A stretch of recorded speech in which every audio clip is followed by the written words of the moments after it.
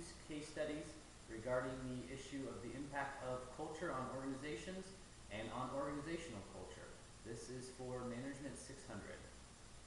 The two case studies we will be examining today are the performance implications of financial and non-financial rewards, an Asian Nordic comparison conducted by Flora Chiang and Thomas Birch, alongside the cultural paradigm of high-performing organizations, an ethnographic study in India context conducted by Ramesh Singh. To start off with, Singh defined organizational culture as the glue that holds organizations together by providing cohesiveness and coherence amongst its parts. The reason this is important is this is what drives organizations to success. You want to have that framework in place that drives employees to want to succeed for their own benefit as well as the company's benefit. So in his study, he identified as a problem that organizations had been implementing Western management theories in non-Western situations. The impact this was having was it was undermining the existing organizational culture and conflicting with cultural values of the employees themselves.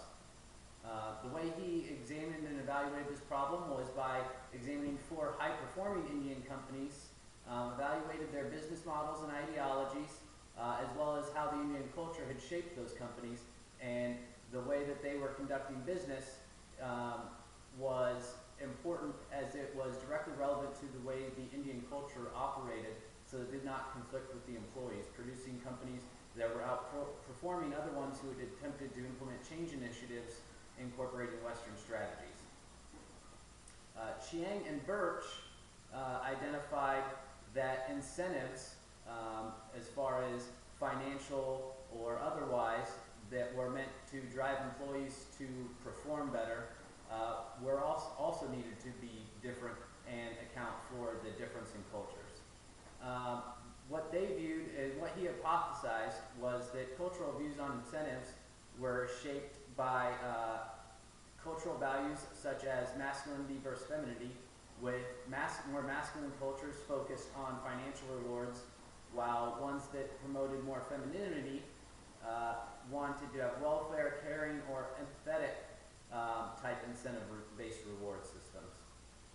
Individualism versus collectivism, which would weigh heavily on this study, as in cultures that prided themselves more on individual success as opposed to collective success, wanted the direct financial incentives, whereas collective cultures were expected to desire more group benefits in the type incentives.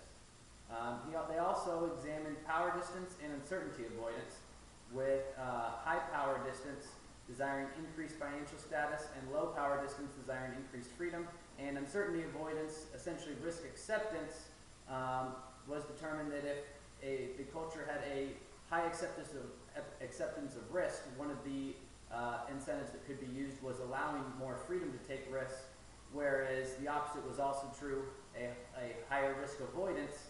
They looked for more job security as the incentive rather than just direct financial rewards. To examine the cultural influences on incentives, what they had done and what they did in this study was they examined 2 banking organizations located in Finland and Hong Kong and compared the incentive structures and the results of those incentives on the 2 different organizations to try and determine what the cultural impact was, as well as what the influence had been that caused those companies to provide different types of incentives. For the proposed solutions, the Ramesh Singh study determined that cultural differences must be evaluated and successful companies must account for them in their leadership and in their leadership style and their ideology, especially before just randomly changing the organizational structure or attempting to change the organizational culture. It does seem valid, as cultural influences cannot be underestimated or assumed to be less beneficial than Western management techniques. Especially in the international marketplace, foreign companies are proven to be incredibly successful, and when American companies just come in and attempt to impose Western values on a subsidiary, or it does not necessarily mean that it's going to be successful. For the Chiang and Birch study, what they proposed is that cultural considerations must be accounted for when implementing incentives to improve performance. A purely Western-based approach, again, this time to incentives, is also unlikely to be effective in international organizations. One of the best ways to do this is, again, account for the culture, and leaders need to evaluate the people in their organizations as well as the culture to determine which incentives are the most likely to improve employee performance.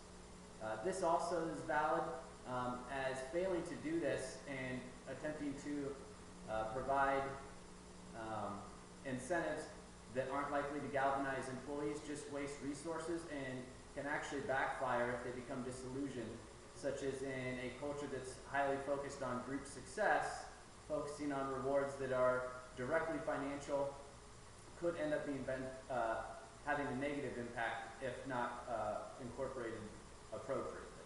As we'll see in his study, they did propose a way where direct financial incentives could still be imposed on these type of cultures, but leadership, it's all about the approach that leadership takes when delivering these incentives or proposing them. Additional recommendations in the study, as it was from Chiang and Birch, they did find that financial incentives were actually effective in Hong Kong despite their collectivist type culture, primarily because of the way the leaders approached them.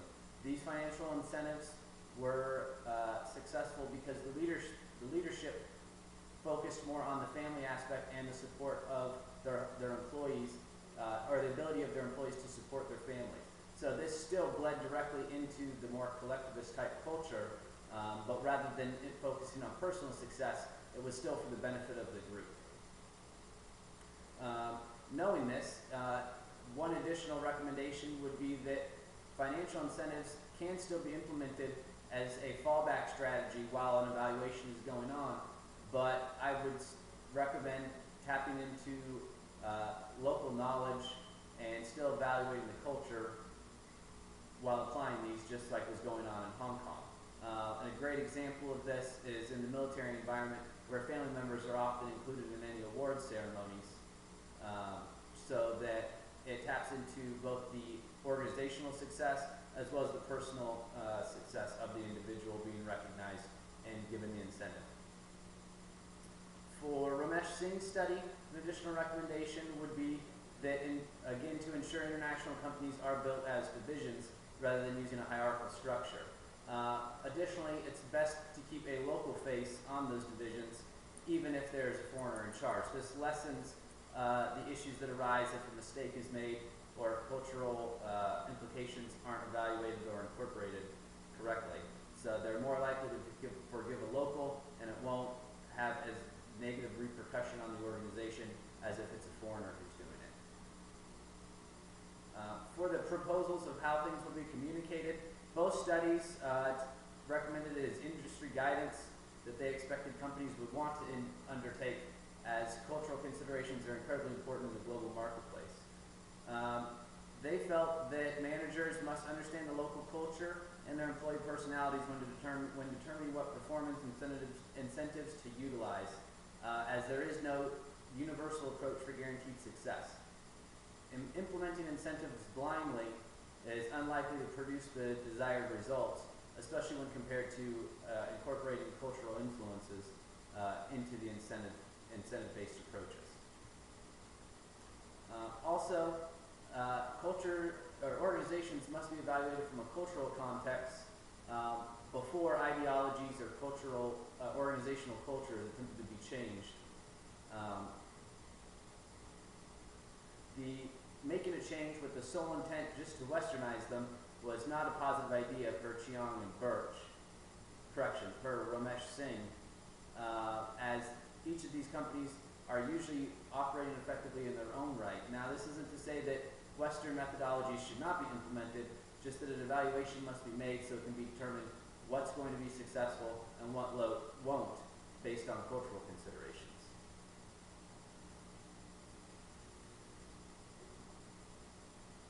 The key takeaways from this are that cultural influences play an incredibly large role in management decision-making pretty much in every situation.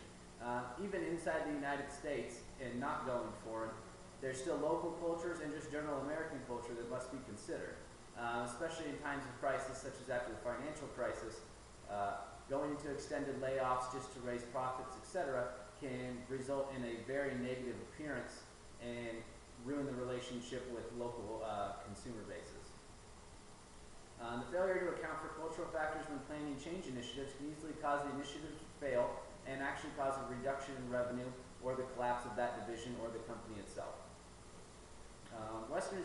Pure westernization of foreign organizations is also not likely a recipe for success, as local influences must be evaluated and incorporated when establishing a foreign footprint.